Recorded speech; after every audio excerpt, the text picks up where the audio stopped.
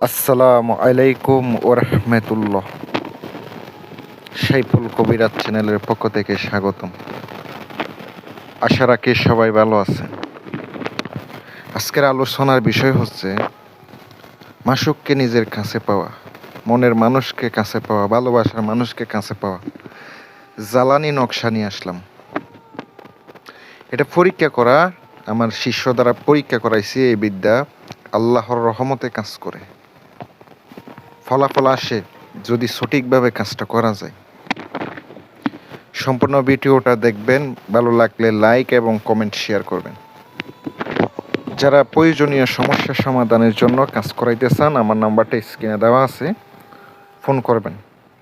Phone করবেন ইনশাল্লাহ আমাকে পেয়ে যাবেন। বিওয়াস, আপনি যে আমল করবেন, আমলের জন্য এজাজত নেবেন, আপনার কাজের জন্য এজাজত নেবেন।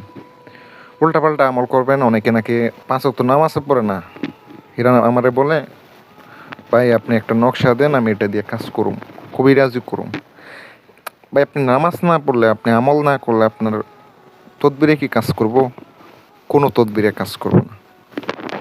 আপনাকে নামাজ পড়তে হবে, ভালোভাবে চলতে হবে, আমল করতে হবে প্রত্যেক দিন, তাইলে আপনি আপনার আমলে কামিয়াবি হবেন, আপনার কাজে উপকৃত হবেন, নয়তো আপনি উপকৃত হবেন না।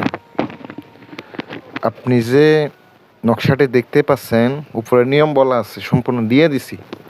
শনিবার অথবা মঙ্গলবারের দিন আপনি যাকে বশ করবেন, কাঙ্ক্ষিত ব্যক্তির ব্যবহারের কাপড় আপনাকে সংগ্রহ করতে হবে। ব্যবহারিত কাপড় হলে হবে না, এটা গামযুক্ত হতে হবে, পরনের গামযুক্ত থাকতে হবে। এটা খুলে রেখে দেওয়ার পরে গামযুক্ত যখন থেকে যায়, ওই অবস্থায় আপনাকে নকশাটা নিয়ে আসতে হবে, ওই কাপড়টা আপনাকে নিয়ে আসতে হবে।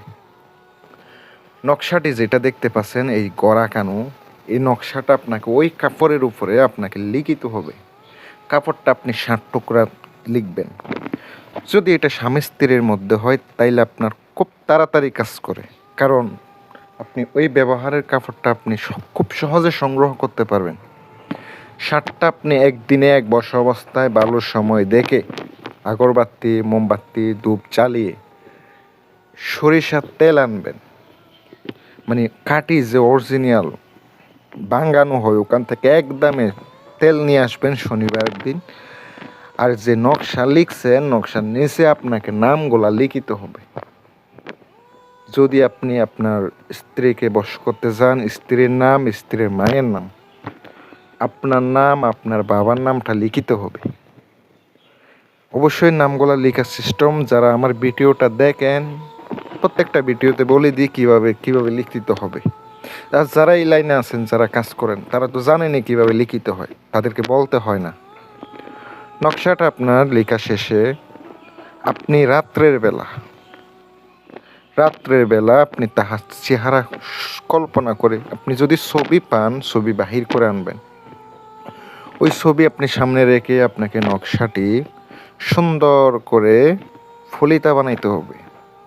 আপনি আপনার কাঙ্ক্ষিত ব্যক্তির বাড়ির দিকে বসবেন, বসার পরে আপনি এটা জ্বালাইতে থাকবেন আর আপনি দুরূদ শরীফ পড়তে থাকবেন মনে মনে।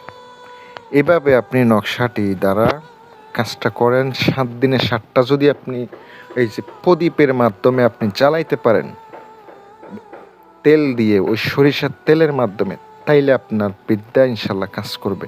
এটা কিতাবের একটি নকশা, এটা কোনো গুরুবিদ্যা না, কোনো কিচ্ছু না। আমি আপনাদেরকে কিতাব থেকে দিয়ে দিচ্ছি, নিয়ম কারণ সহ দিয়ে দিচ্ছি, তাইলে আপনি নিজে নিজে করতে পারবেন।